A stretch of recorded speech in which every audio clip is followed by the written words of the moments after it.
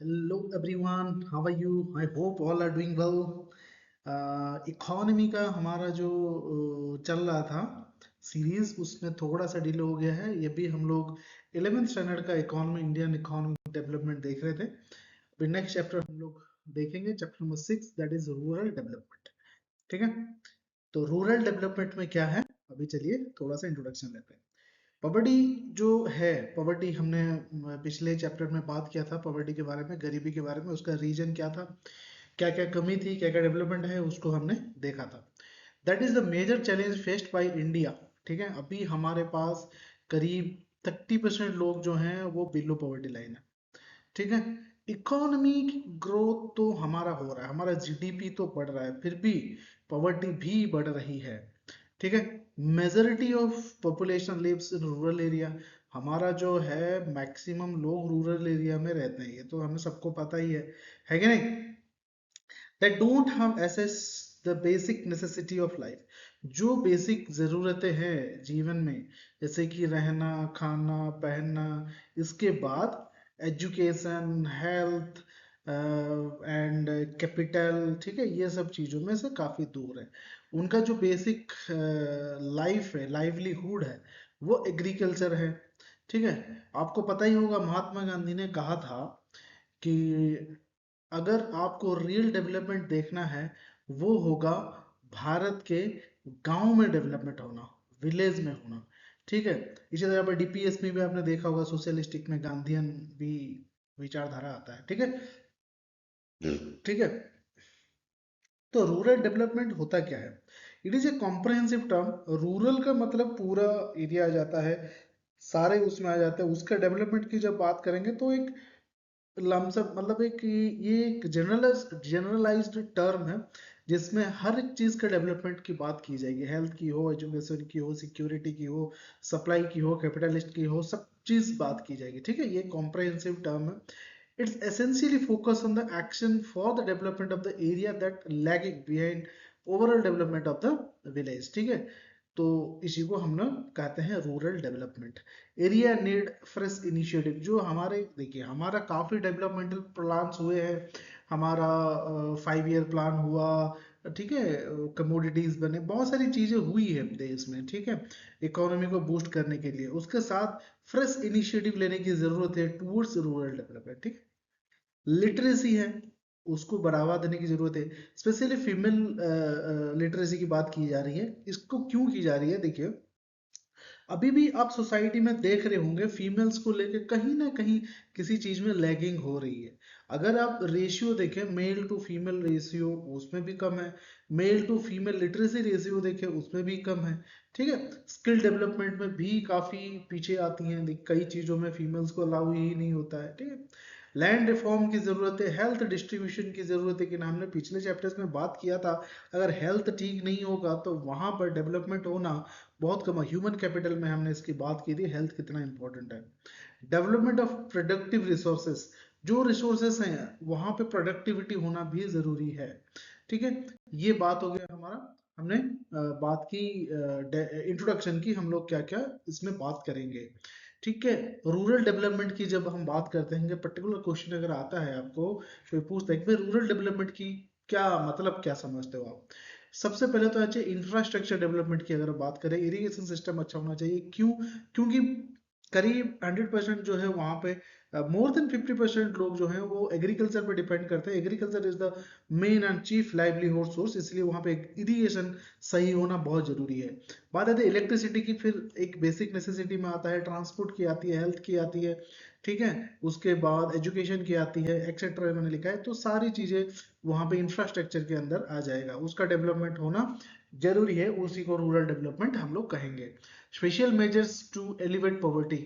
Poverty elevate करने के लिए हमने, जैसा कि पिछले चैप्टर्स में बात की थी, ह्यूमन कैपिटल को इंप्रूवमेंट करना पड़ेगा, स्किल डेवलपमेंट को इंप्रूव करना पड़ेगा। देखिए, अगर आप पैसे बांटेंगे सबको कि आप पैसे ले लो, तो वो गरीबी नहीं हटाएगा। वो हो सकता है कुछ क्षण के लिए, कुछ समय के लिए, टेम्पररी उनकी हालत ठीक कर दे। कोई बंदा अगर बहुत गरीब है, आपने उसको 1 लाख रुपए दे दी, तो 1 लाख रुपए कब तक रहेगा बताइए? तो distributing money is not the solution. आप उसको ऐसा एम्पावर करिए उस इंसान को कि वो हर महीना 5,000 रुपये कमा सके। मैं एक एग्जांपल की बात कर रहा हूँ, कुछ रुपए वो हर महीना कमा सके, एम्पावरमेंट की बात होती है। इसी तरह से हम पॉवर्टी को एलिमिनेट कर सकते हैं, अदरवाइज नहीं कर सकते, तो उसके लिए स्पेशल मेजर्स आपको लेने पड़ेंगे। Opportunities to diversify into the productivity activities, देखिए तो वहां पे जैसे डाइवर्सिफिकेशन के मतलब ये होता है कई सारे इनकम सोर्स बनाना, उसको डाइवर्सिफिकेशन कहते हैं। सपोज कोई सपोज एक डॉक्टर है, ठीक है, चलिए एक बात करते हैं, कोई एक किराने की दुकान लगाया हुआ है, ठीक है, तो एक बिजनेस, एक उसने किराना का बिजनेस किया, साथ में खेती करता है, ठीक है, साथ में कुछ और काम करता है, साथ में कोई ट्यूशन पढ़ा लेता है, कुछ भी करता है, तो उसका कई सारे डाइवर्सिफिकेशन होता है। तो ये होता है उस इंसान ने अपने इनकम सोर्स को डाइवर्सिफाई किया जिससे कि उसकी इनकम बढ़ी। उसी तरह से अगर बात करें, कुछ लोग हैं, कुछ लोग खेती कर रहे हैं, जिसका मन किया वो खेती किया, इंडस्ट्री में कुछ लोगों ने काम किया, कुछ और सेक्टर में काम किया, इसको डाइवर्सिफाई कहते हैं। कई तरह का ऑप्शन प्रोड्यूस करना, अवेलेबल कराना, उसको डाइवर्सिफिकेशन कहा जाता है, ठीक है। रूरल एरिया में मैक्सिमम जो है वो एग्रीकल्चर डिपेंडेंट रहते हैं, उनके पास कुछ ज़्यादा ऑप्शन होता नहीं है। वहां पे अगर इंडस्ट्री वगैरह लगेगा या फिर कुछ और काम किया जाएगा तो उनका इनकम डाइवर्सिफाई होगा, उसी की बात की जा रही है। Enable them for the better health, तो हेल्थ फैसिलिटी वहां पे बहुत अच्छे से डेवलप करना पड़ेगा, because health is the major major major health is a major participant in developing the economy, ठीक है। सैनिटेशन की जरूरत है इन वर्क प्लेस, ठीक है, वगैरह वगैरह, ठीक है। एजुकेशन सिस्टम को भी बढ़ाना पड़ेगा, टॉप प्रायोरिटी देना पड़ेगा, ठीक है, डेवलपमेंट करने के लिए रूरल एरिया में। एग्रीकल्चर हमारे जीडीपी में काफी बड़ा रोल प्ले करता था, आपको आपने पहले चैप्टर्स में देखा करीब, ठीक है। तो अभी जो डिक्लाइन कर रहा है, क्यों? क्योंकि लोग वहां पे ज्यादा एग्रीकल्चर में इन्वॉल्व हो नहीं रहे हैं। क्यों नहीं हो रहे, उसका रीजन कई सारे हैं, हमने पिछले चैप्टर्स में देखा था। पहली बात तो ये है कि लोग वहाँ पे एग्रीकल्चर में उतना बेनिफिट हो नहीं रहा है, उनको उतना फायदा नहीं हो रहा है। सेकेंडली अवेलेबिलिटी भी कम है, लैंड रिफॉर्म की जरूरत है, कई सारे प्रॉब्लम्स की वजह से लोग एग्रीकल्चर में जाना नहीं चाहते हैं, ठीक है। इसीलिए उसका जो कंट्रीब्यूशन है टुवर्ड्स अवर जीडीपी वो भी काफी डिक्रीज हो रहा है, इंक्लाइन हो रहा है, लेस देन 3% पर एनम, ठीक है। तो इस रेट में ये डिक्लाइन कर रहा है। तो क्रेडिट, अभी यहाँ पे एक टॉपिक आता है, क्रेडिट मार्केट। क्रेडिट मार्केट का क्या मतलब है? देखिए एग्रीकल्चर करने के लिए जो बेसिक कम्युनिटीज चाहिए उसके लिए लोग क्या करते, जमींदारों से पैसे उठाते थे, ठीक है, और फिर किसी से उधार ले लिया, उस अगर उस समय खेती अच्छा नहीं हुआ तो फिर उसमें दिक्कत आती थी, कई बार तो फार्मर्स को सुसाइड भी करना पड़ता था, ठीक है। क्रेडिट का मतलब क्या है? क्रेडिट का मतलब है किसी से पैसे उठाना, पैसे लेना, ब्याज पे ले हो या फिर किसी में भी किसी से पैसा लेना, उसको क्रेडिट कहते हैं। आजकल क्रेडिट कार्ड आप देखते होंगे, क्रेडिट कार्ड क्या है? आपने किसी को पैसे तोड़ने दिया, एक कंपनी है, एक कुछ लोग हैं जिन्होंने कुछ रुपए आपको दे दिए, कुछ दिनों में उसको या कुछ समय में टाइम पीरियड में आपको रिटर्न करने हैं, वो होता है क्रेडिट।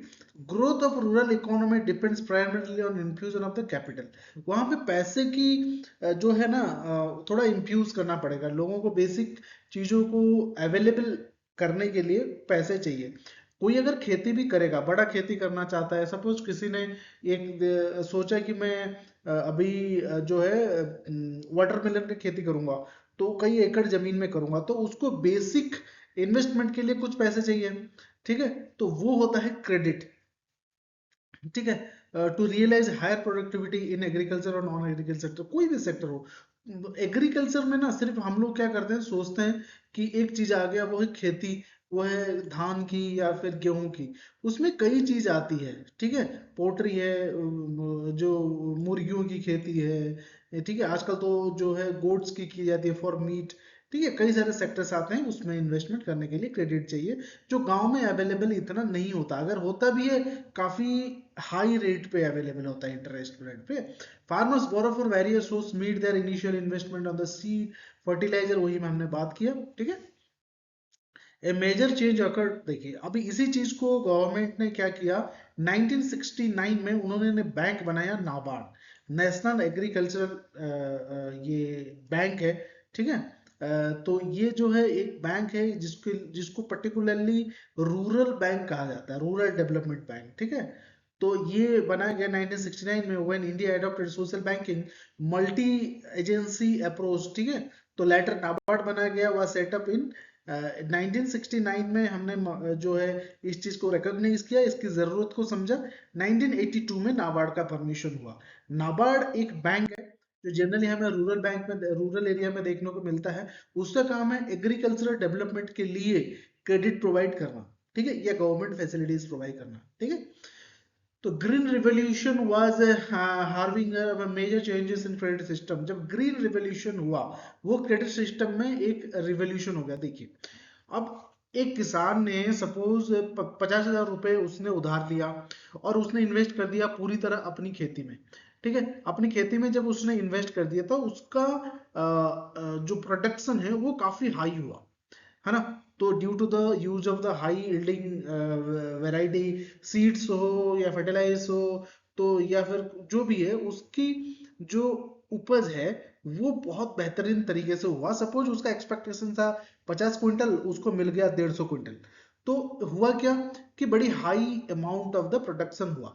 तो इससे क्या होगा, उसको अपनी लाइवलीहुड के लिए जितनी जरूरत है उतना रखने के बाद वो मार्केट में सेल करेगा, ठीक है। मार्केट में अगर सेल करता है तो उसको अच्छी खासी रिटर्न मिलेगी और क्रेडिट भी रीपे हो पाएगा, है कि नहीं। जब रीपे हो पाएगा तो उस इंडस्ट्री में, उस सेक्टर में बैंक का भरोसा बढ़ेगा और वो आगे ज्यादा क्रेडिट भी देंगे, ठीक है।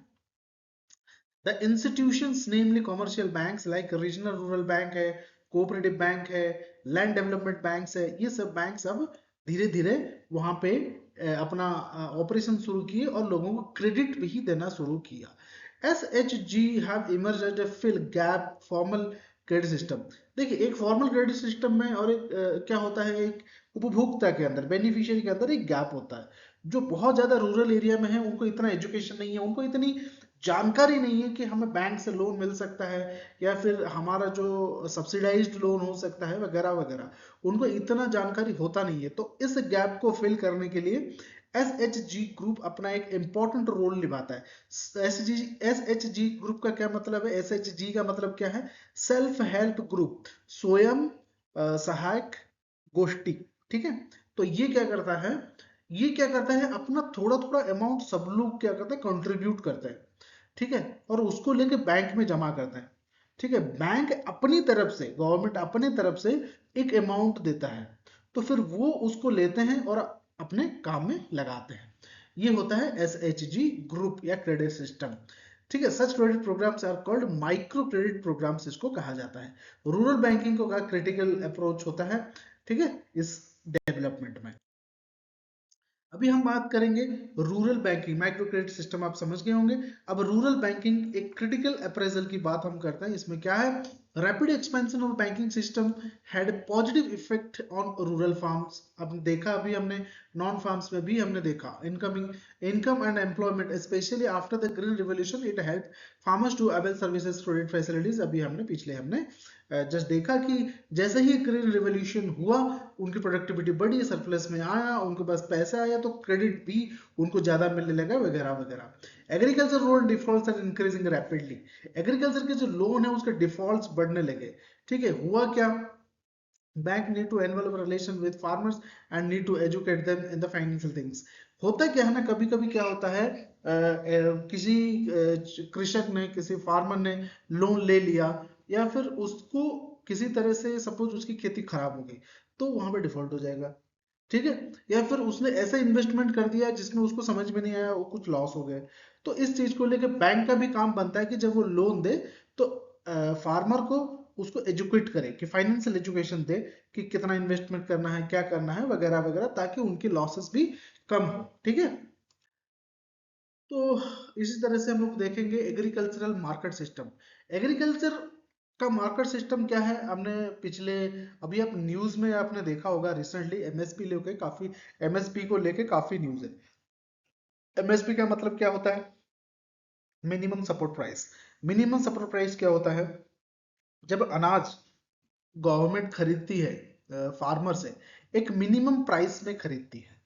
तो अभी हमारे जो गवर्नमेंट है उन्होंने न्यू पॉलिसी में क्या कहा कि हम एमएसपी को हटा देंगे, जो है फार्मर अब अपना जो अनाज है वो किसी को भी बेच सकता है, वो इंडिपेंडेंट है। बट फार्मर का डिमांड है हमें एक फिक्स जो है एमएसपी हमको चाहिए, ठीक है, फॉर द सिक्योरिटी, ठीक है। अगर गवर्नमेंट नहीं लेगी तो हम परेशान नहीं होना चाहते। तो इसका सिस्टम यही होता था कि फार्मर क्या है, अपनी पूरी अनाज को लेकर मंडी जाता था। मंडी में कांटे होते हैं जो वजन वाले, कांटे में जाके उसको बेचता था, वहां पे एजेंट्स होते थे, ठीक है, तो उसको वहां से प्राइस मिलता है। ये मार्केट सिस्टम हुआ करता था। आजकल तो डिजिटलाइज भी हो गया है। Agriculture market is a process involve in the assembling, storage process, transportation, packaging, grading and ये कमोडिटीज अक्रॉस कंट्री।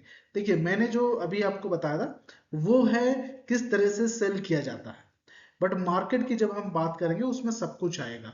सबको अगर अब इंक्लूड करेंगे तो प्रोडक्शन हो जाएगा, प्रोडक्शन के बाद ट्रांसपोर्ट होगा, ट्रांसपोर्ट के बाद स्टोरेज होगा, स्टोरेज के बाद वहां पे पैकेजिंग होगी, पैकेजिंग के बाद असेंबलिंग होगी, असेंबली के बाद सप्लाई होगा, सप्लाई के बाद फिर डिस्ट्रीब्यूशन होगा, ठीक है।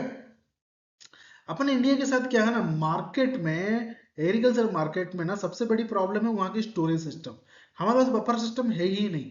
कई प्याज, अभी आप न्यूज में काफी बार सुना होगा, प्याज आलू इसीलिए बर्बाद हो रहे हैं क्योंकि हमारे पास कोल्ड स्टोरेज नहीं है ना।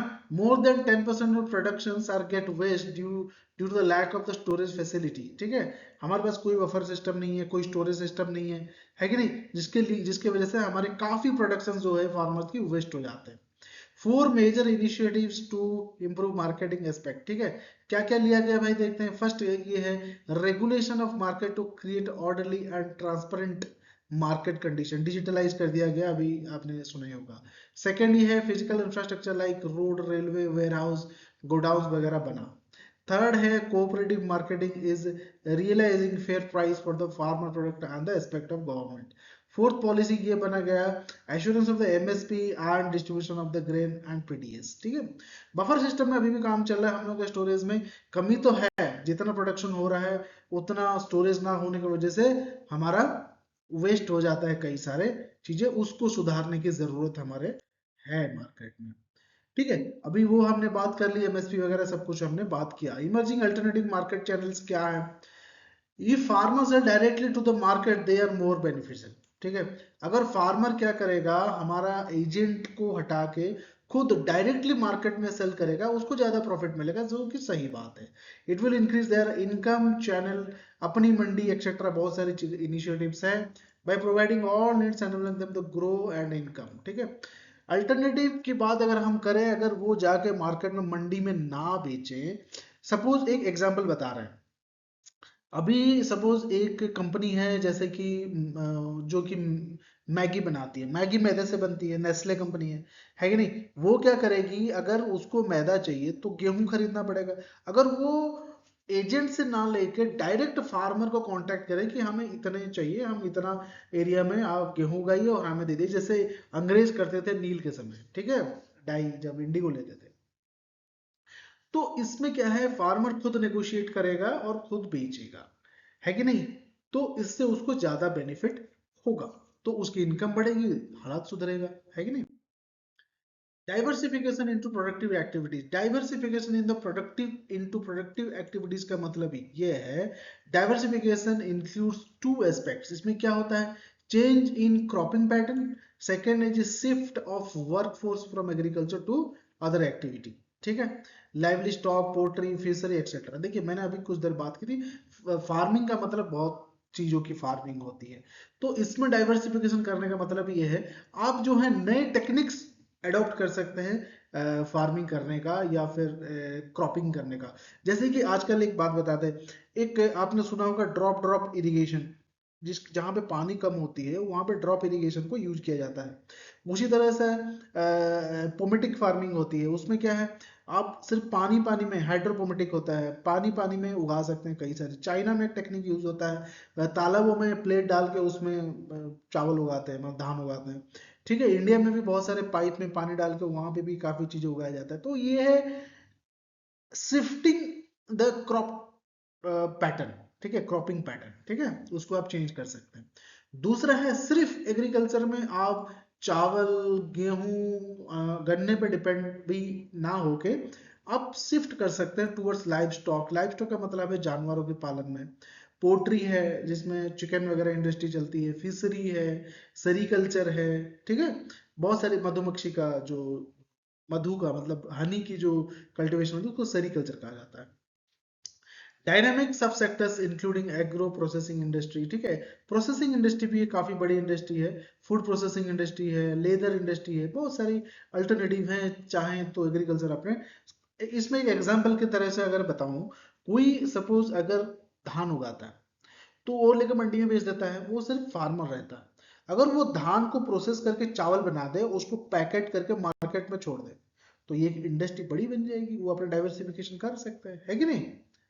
चलिए, उसी डाइवर्सिफिकेशन में हम लोग अगर बात करेंगे, एनिमल हस्बेंड्री आता है जिसमें काउ बफेलो कैटल वगैरह पाले जाते हैं।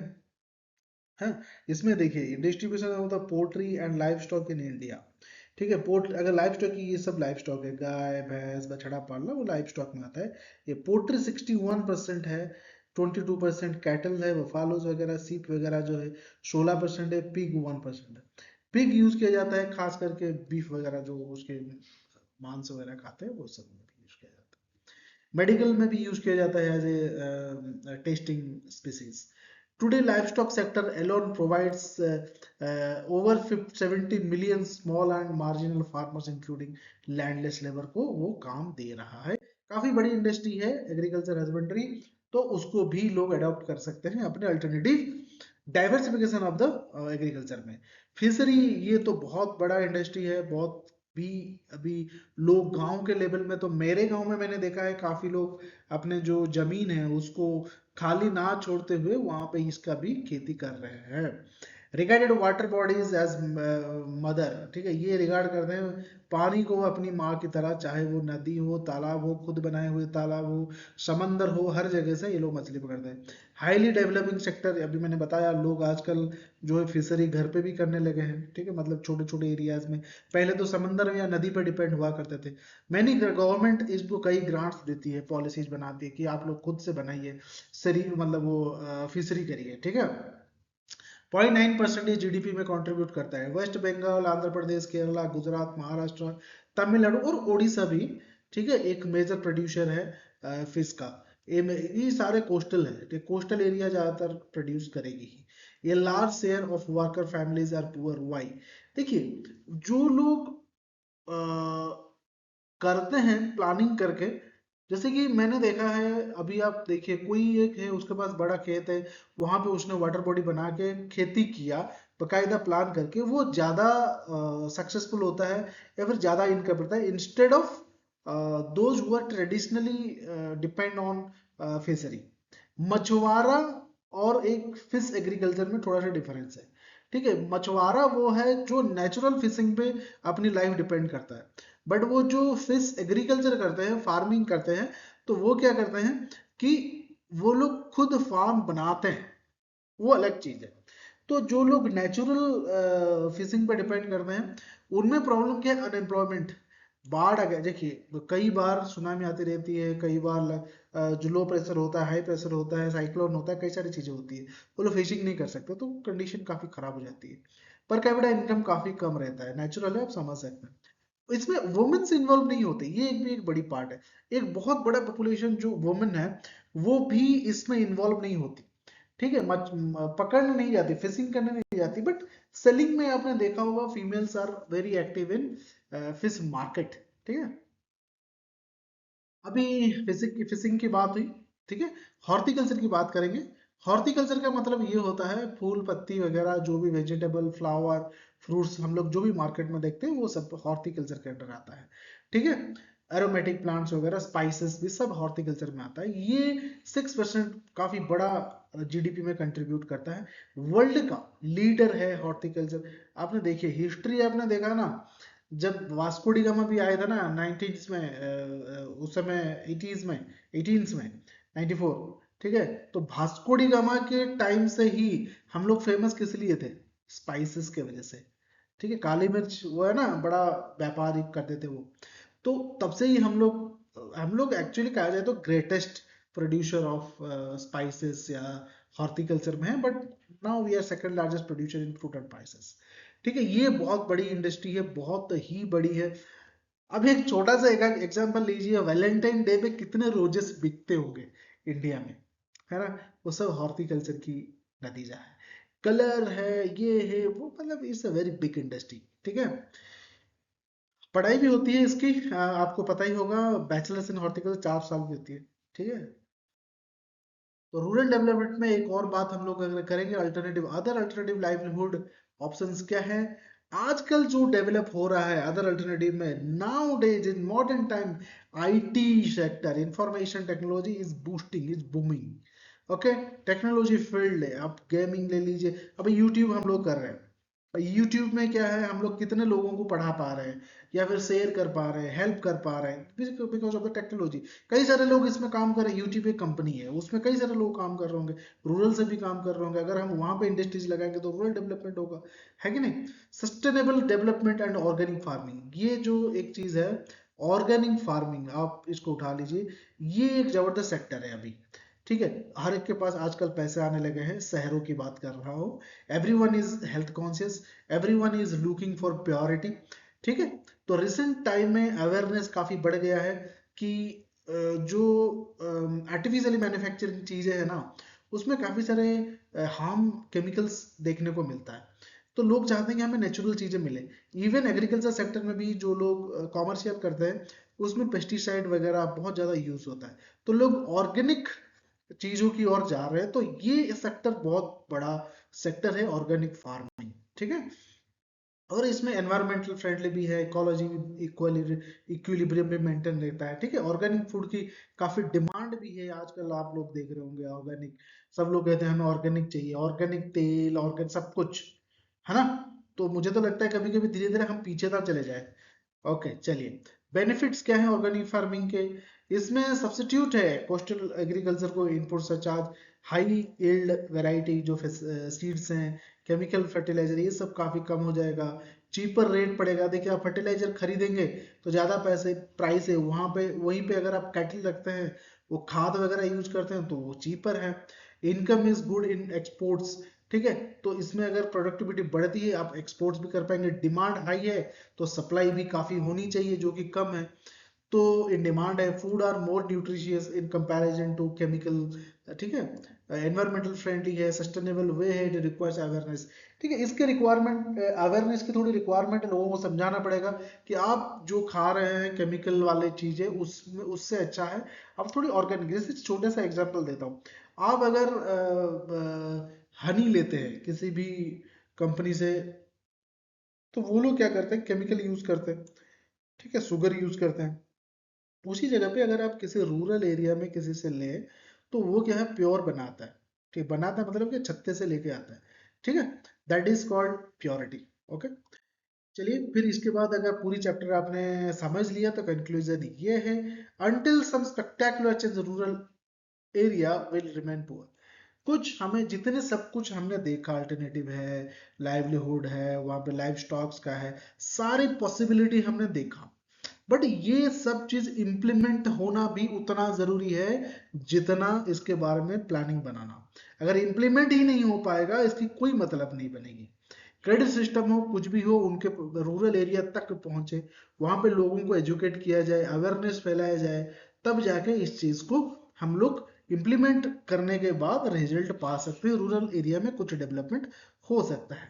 Diversification of the source of livelihood अभी हमने बात किया, अवेयरनेस और वही मैंने बताया, एजुकेशन और हेल्थ फैसिलिटी ये तो बहुत जरूरी है, इन दोनों को जितनी जल्दी हो सके, जैसे भी हो सके, हमें उनके पास पहुंचाना पड़ेगा, इसके बिना कुछ नहीं हो सकता, हम फर्स्ट डे से दिख रहे हैं।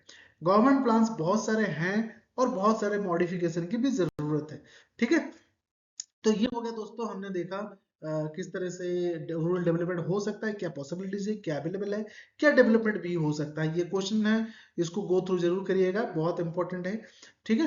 तो डिस्कस करेंगे, अगर आपको कोई चीज की जरूरत हो, डायरेक्ट आप मुझसे कमेंट बॉक्स में बोल दीजिए, मैं उसको अवेल करा दूंगा, या फिर किसी चीज में अगर समझ में नहीं आ रही है वो भी बता दीजिए। ये वीडियोस, ये पूरी चैनल डेडिकेटेड है towards those aspirants who are not able to get proper guidance, proper material, ठीक है, जो नहीं कर सकते, कंप्लीटली फ्री ऑफ कॉस्ट है, इसमें कोई भी किसी तरह से चार्जेबल नहीं है। देखिए, मैंने, ये सब लोग बोलेंगे ये भी यूट्यूब में आके पढ़ाता है, ये करता है, वो करता है, देखिए मैं प्रोफेशनल हूँ, मैं सेट हूँ, ठीक है, मुझे बहुत ज़्यादा इसमें मैं इसमें पैसे इनकम करने के लिए नहीं आया हूँ, ठीक है। यूट्यूब और सोशल मीडिया एक ऐसा प्लेटफॉर्म है जो कि कोने कोने तक पहुंचता है। मैंने ये ऑब्जर्व किया, मैंने देखा, सीखा। काफी साल से हूँ मैं जो पढ़ रहा हूँ मैं, ठीक है, काफी चीजें जो मैंने थोड़ी बहुत नॉलेज गेन की। तो मैंने कई सारे यूट्यूब चैनल्स को देखा इनिशियली, जो लोग आए थे चेंज करने के लिए, ठीक है, लोगों को सर्व कर ग्रास रूट लेवल से ऑफिसर बनाने के लिए, ठीक है। कहीं ना कहीं वो लोग डाइवर्ट हो गए, मैंने देखा है चैनल को ग्रो करते हुए। कई सारे मैं भी फॉलो करता हूँ, मैं भी सुनता हूँ काफी बड़े बड़े टीचर्स की बात जो यूपीएससी प्रिपरेशन कर रहे हैं, करा रहे हैं, ठीक है। और काफी चैनल शुरू हुए थे इनिशियली, मैंने देखा वो लोग सब लोग फ्री दे रहे थे। सब लोग देखिए, 1,000 रुपये भी इंपॉर्टेंट होता है, मुझे पता है, ठीक है। इसीलिए मैं इसमें complete free of cost everything avail कराऊंगा, कोशिश कर रहा हूँ, ठीक है। कोई फंड रेज की कोई वो सब नहीं है, ठीक है। मैंने देखा है लोगों की शुरुआती इंटेंशन सही था, आगे चल के क्या हो गया पता नहीं, सब लोग डाइवर्ट हो गए, सब लोग हर चीज चार्जेबल कर दिए, ठीक है। इतनी बड़ी चीज नहीं है, मैं डिस्कस करूंगा इसके बारे में, ठीक। तो आप पढ़िए, जो भी जरूरत होगी आप मुझसे बोल सकते हैं, मैं अवेल करा दूंगा अगर मेरे बस में है तो, ठीक है। ऑल द बेस्ट, पढ़ते रहिए और एंजॉय करिए लाइफ को, एक ही लाइफ है। Do it and crack it, do your best, whatever you want to be become, just become it. अपना ध्यान रखिए। जय हिंद।